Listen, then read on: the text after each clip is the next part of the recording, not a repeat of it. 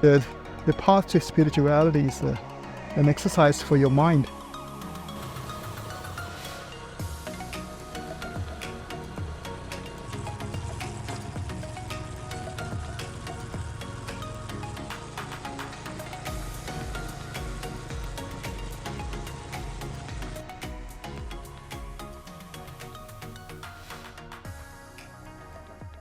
Well, friends, we just arrived at this giant Buddha statue. Wow. What a ride. Right.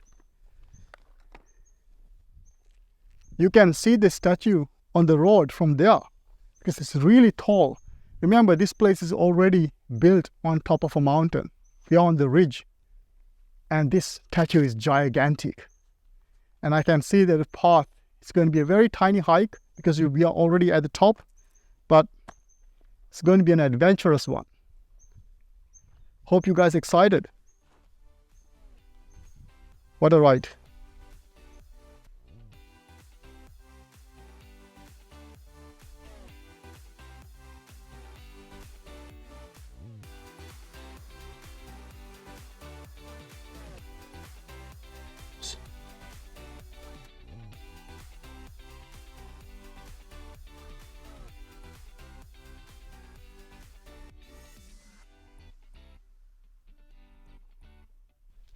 Let's do this. Shall we count steps? So, would you consider this one as a step? I think so, right? That's one step. 2, 3, 4, 18. 18 steps. Wow.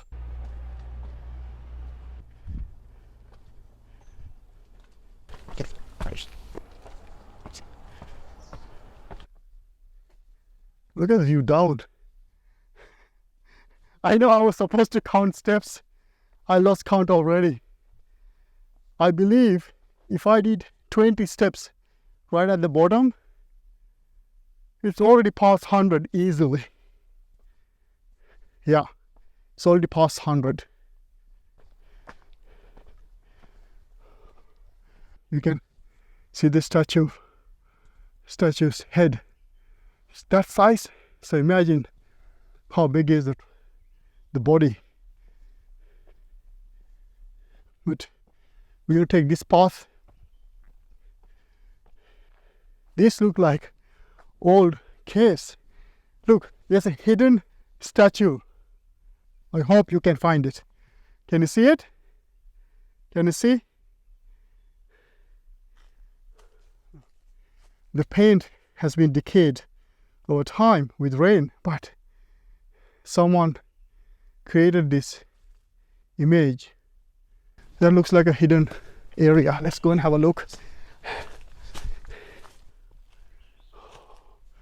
Look at the view.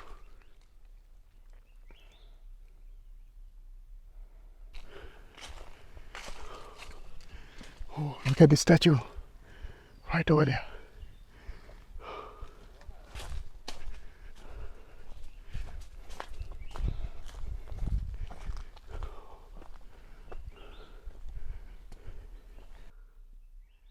Long time ago, when original wisdom seekers, spiritual practitioners were seeking knowledge, they were going into the wilderness, but they didn't have shelter. So they found caves like this to live, to meditate. And even today, when you travel around the world, from ancient civilization tribes to wisdom seekers, you will see caves represent, in a way, stop in our evolutionary path. Even today, if you get stuck, find a cave, friends. You'll be all right. Yes. Okay, let's keep going. Now I'm going to tell you another story about why these views are created in this way. Look at the Buddha statue. He's in this meditative position. There are other paths working over there on the way to the top, and this view. Now when you travel around the world, you will see that in most Asian countries, where India to Sri Lanka, Thailand, China, you always see giant Buddha statues. And often they are built on top of a mountain. That because the idea is that Buddha's love and compassion to all living beings need to spread throughout the universe. And they create these statues in a way as a representation of our capacity to show love and compassion to all living beings. It's a beautiful way to look at life. Oh, they are building. Work. Sarika, working in progress. That's a giant statue. Okay.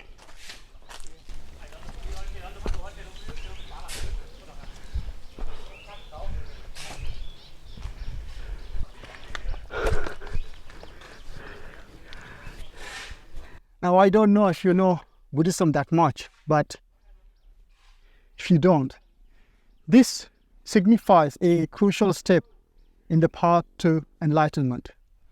Over here, as you can see, Buddha is in a meditative position, but his physical body is almost like he's in a very anorexic state. His bones are coming out, his arms are so skinny, and there are 5 people, disciples, are there. This story where when Buddha was looking at ancient practice and say, let me give a try to everything that I find. And one of them was punishing the body through lack of eating, lack of sleep, to the point where, assuming that it will create a breakthrough in our human psychology and find ways to reach enlightenment. So when he was practicing this extreme starvation, and there were 5 people over time gathered to support his quest to find the ultimate wisdom. And this represents these 5 disciples, and they are supporting, they're in a way respecting, looking after his journey. But as you know, Buddha realized that punishing the body to the extreme level doesn't really solve the problem, or in fact it clouds our mind attaining the ultimate wisdom, the enlightenment. What he found later, the middle path, laid the foundation in a way to the modern world we live in. The middle path to exist, to create, to give back, to share, to experience, where we can live in harmony with all living beings. Looks like there are more places to explore. And there are some seats. If you get tired, just sit down and rest. The path to spirituality is an exercise for your mind. In temples, you get to access a lot of things. And take your time. Take your time to find your own path. When I'm in these places like this, I feel so grateful. So much appreciation to my life, to my existence, and gratitude because people before us came a long way to make it happen for us so that we can enjoy life to the fullest.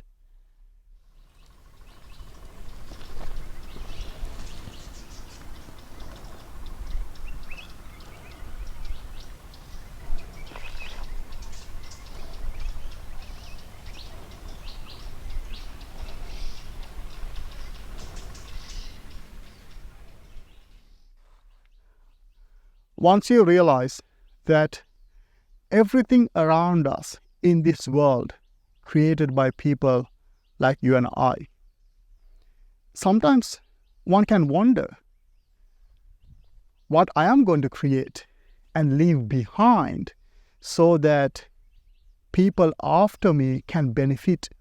It is truly a quest that we all must embark on. Imagine a world people are living full of joy, happiness, excitement, love, compassion to those they know, to themselves, and to those they don't know. Imagine a world we can share like that. Most of these villages are, you can see, small villages. They are hill tribes, the original settlers in this region, in this area. They carry a great knowledge about ecosystem, spirits, forest, wildlife, and humanity. One of the deepest philosophies these hill tribes have, that we all are part of this one ecosystem. We are distant brothers and sisters. So they have these beautiful open ways where most houses are unlocked. It's open because the idea is that you won't steal, you won't do that. You will treat each other with respect. Relationships are highly valued, highly respected. Life is super simple here.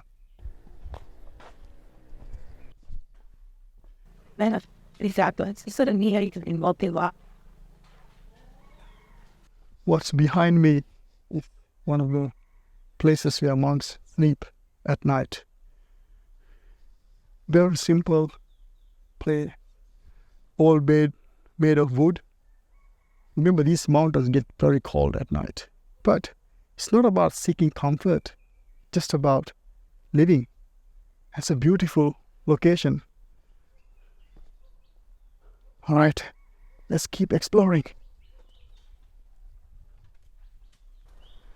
I think I found a path where we can go and have a look at this place. The giant Buddha statue. The reason we took this epic journey. Oh, if you want to take a hike, look, there's another path. I think that is taller, higher. It's coming from bottom of the mountain. So it's a longer hike. We took a smaller one. I don't think I cheated, but I didn't know. Right. We are here.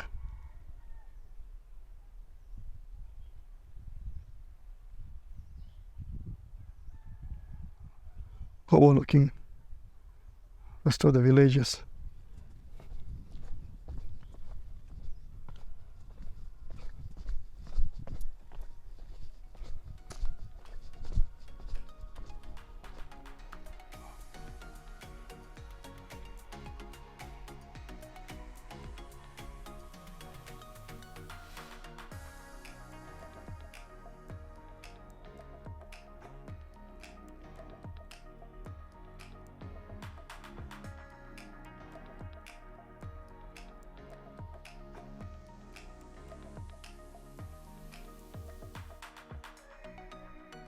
That's a really big statue.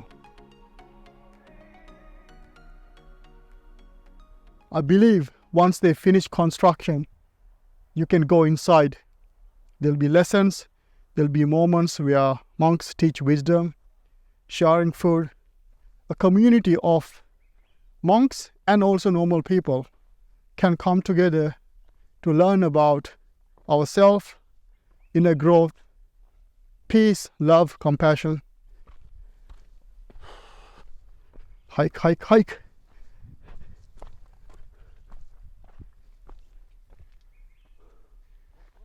Oh, inside? Oh, thank you. We can go inside.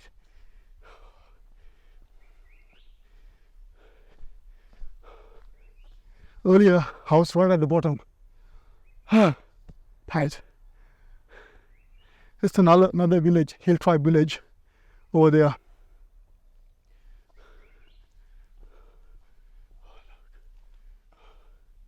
They've opened the place. Oh, wow. It's like a lotus bird. Shoes always in a Buddhist temple.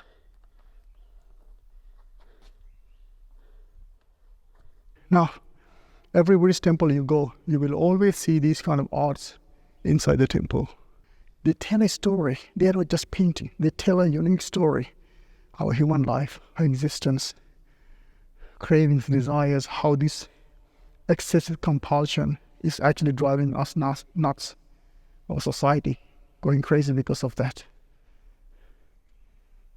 So these stories still give us an important lesson about life, existence. And when we attain a level of holistic existence, a sense of spirituality, we can break away from these cravings, but also thrive. Sometimes people think that when you are following a spiritual path, you're going to lose, you have to give up. And that is not what it means. It means that you understand what is enough. You understand your life, your purpose, where your love, your desire to live comes from. And allows us to channel our energy into those areas. That's what it means.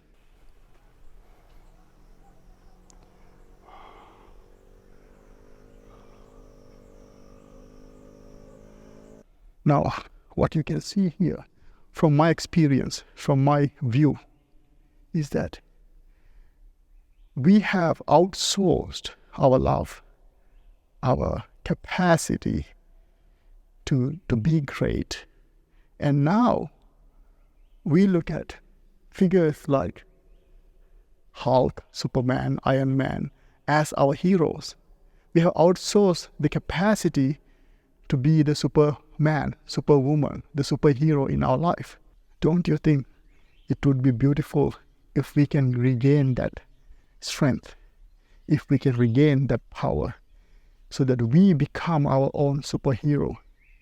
And that comes with responsibility, taking in charge of our life. You can't outsource it. And that means when you start taking that responsibility, you become your own superhero. Now, just like every other superhero, once you reach a level that you have this power, it is natural for you to feel that you want to go out to the world and share that with others. It is natural. That's what it means to be a superhero. The reason why we admire so much superhero characters is that they don't sit down with their power. They share it. They help. They help the need. They help people. They inspire us to think. Perhaps it is time for us to create a new revolution, a movement, through a holistic path, through a spiritual path. We can become our own superhero, and we can help the world. We can change the world for the better.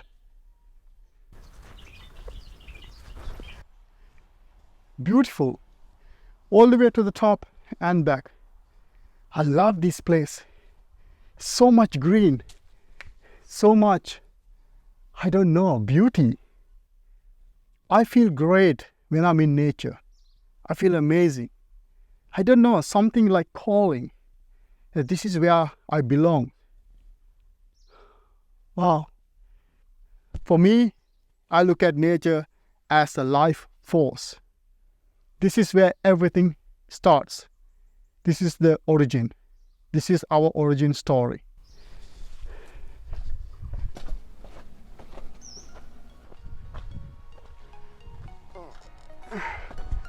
Well, friends, what an epic adventure. This is your spiritual biker. Until next time, seek adventure, live blissfully, and never settle. See you guys next time.